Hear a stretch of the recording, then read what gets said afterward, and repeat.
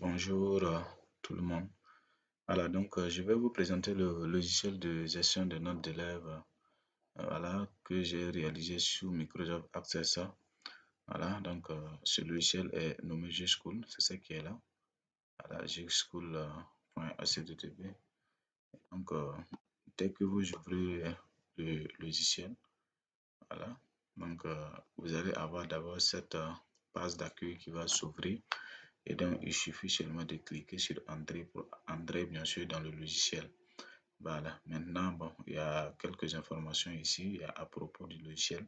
Alors, si vous cliquez, voici bien sûr une note voilà, de l'administrateur.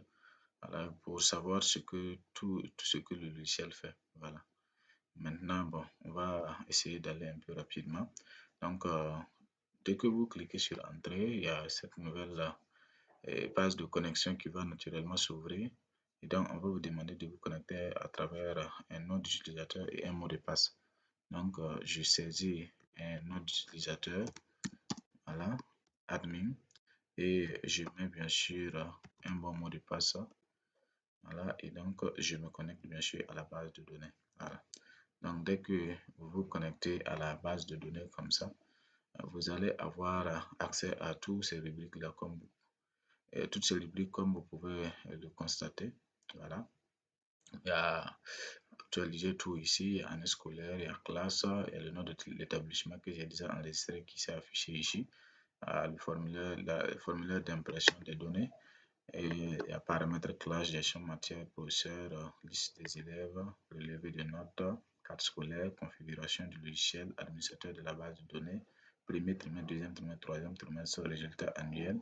Ça, c'est pour faire des recherches, rechercher quelque chose d'un élève, genre le certificat de scolarité, le nom de vente d'un élève, carte scolaire d'un élève, les détails d'un élève, ainsi de suite.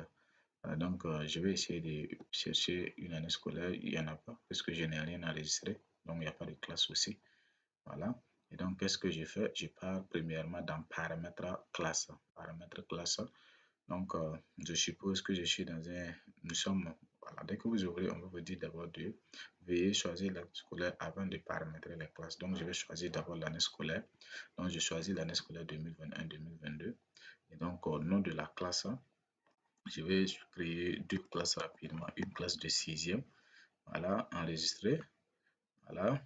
Ensuite, une classe de cinquième. Voilà, j'ajoute cinquième par exemple. J'enregistre. Voilà. Et je peux après compléter le nom du professeur principal de la sixième, de la cinquième et autant de classes que j'ai. Je peux enregistrer naturellement les professeurs principaux de ces différentes classes. Voilà. Donc, si je clique sur ce bouton ajouter, il va sélectionner naturellement ici pour que je puisse ajouter encore une nouvelle classe. Donc, il y a des boutons supprimer qui sont là pour supprimer une classe.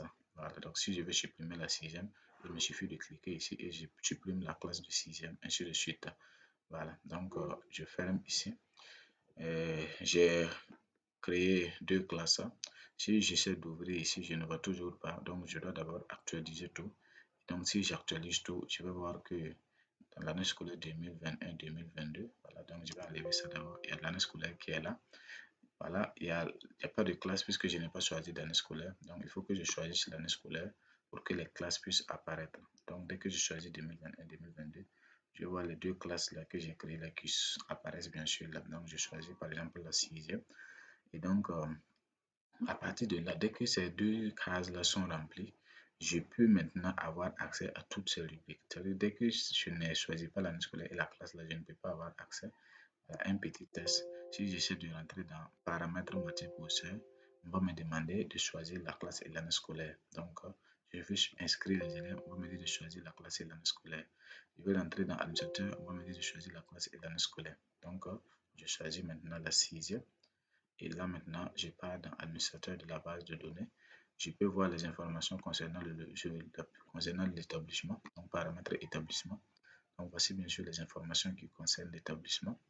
Il y a le ministère, il y a la région, voilà, direction régionale, direction provinciale, qu'on peut changer bien sûr le nom de l'établissement, le sigle, la devise, téléphone, le nom du chef d'établissement, son grade, et puis sa distinction honorifique, le nom du pays, la devise, la localité, voilà, à laquelle vous allez utiliser naturellement le logiciel. il y a ici qu'on peut ajouter un logo. Donc pour ajouter un logo, c'est très simple. Il suffit de double-cliquer. Voilà, double-cliquer au niveau du logo là, la case en blanc. Je double-clique là-bas et je fais ajouter.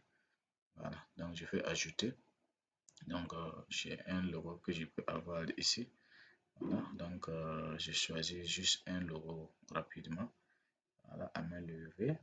Donc je peux choisir par exemple ce logo. Voilà, je peux choisir ça par exemple. Voilà, et donc OK. Voilà, donc voilà un logo que j'ai ajouté. Je peux fermer maintenant. Après ça, il y a gestion paramètres classe. Ça, c'est là où j'ai ajusté rentrer pour paramétrer les classes. Donc, si je sélectionne l'année scolaire, je vais voir les deux classes que j'ai créées. Donc, je ferme ici. Gestion matière professeur. Bon, ça, c'est dehors. Arrivé dehors, si je recule, il y a gestion matière professeur. Donc, arrivé ici, je vais régler ça. Donc, j'étais dans l'administrateur de la base de données. Maintenant, c'est la gestion des connexions utilisateurs. Ceux qui vont se connecter naturellement à la base de données. Donc, ça, c'est ce que j'ai utilisé pour me connecter. Ça, c'est admin. Et mon mot de passe, ça, c'est pour que je puisse me connecter à la base de données au cas où vous avez besoin que je fasse quelque chose. Donc, je me connecte à partir de ça. Et maintenant, si vous rentrez en tant que proviseur, il faut préciser la fonction. Voilà. En tant que proviseur, vous précisez en tant que censeur, en tant que conseiller principal d'éducation, intendant, secrétaire, professeur, ainsi de suite. Il faut préciser la fonction, puisqu'en fonction de la fonction que vous allez mettre là, il y a des rubriques que vous allez avoir accès, d'autres rubriques que vous n'allez pas avoir accès. Donc, je peux ajouter naturellement un utilisateur et donc ainsi de suite. Donc, je ferme ici.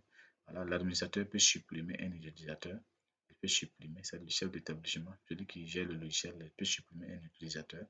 Voilà, ce qui ne peut pas supprimer, c'est pour moi là, puisqu'il n'y a pas le bouton de supprimer n'est plus accès dès que c'est mon nom qui apparaît naturellement ici. Donc, je ferme ici, je recule. Et maintenant, je pars dans gestion des matières, gestion matière professeur. Donc, nous sommes en sixième, donc paramètre matière sixième, la classe de sixième en 2021-2022.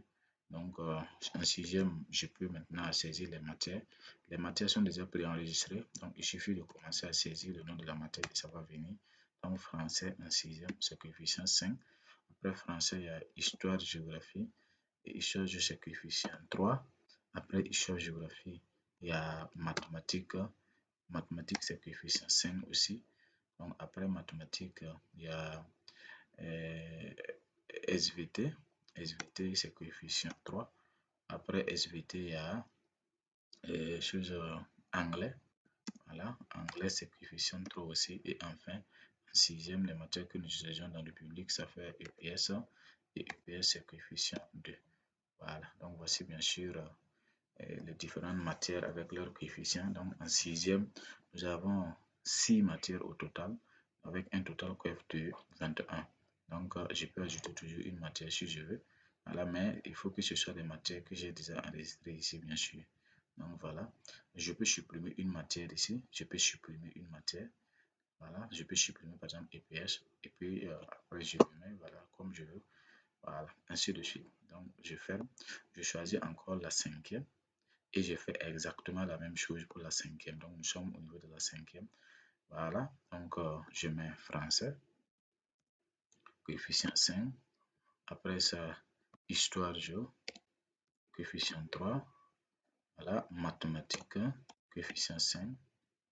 SVT, coefficient 3.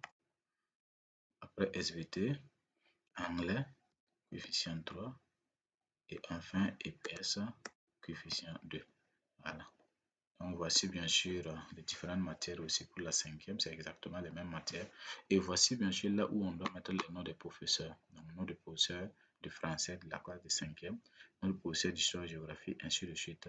Ça c'est pour que ces informations puissent naturellement apparaître sur les bulletins des élèves. Donc je ferme ici. Et à partir de là maintenant, je peux aller dans liste des élèves puisque je n'ai pas d'élèves inscrits. Inutile de vouloir regarder le relevé de notes des professeurs pour les professeurs, les cartes scolaires. Voilà, gérer ici. Il me faut obligatoirement inscrire d'abord un élève. Voilà, donc j'inscris d'abord un élève. Par exemple, ici, j'inscris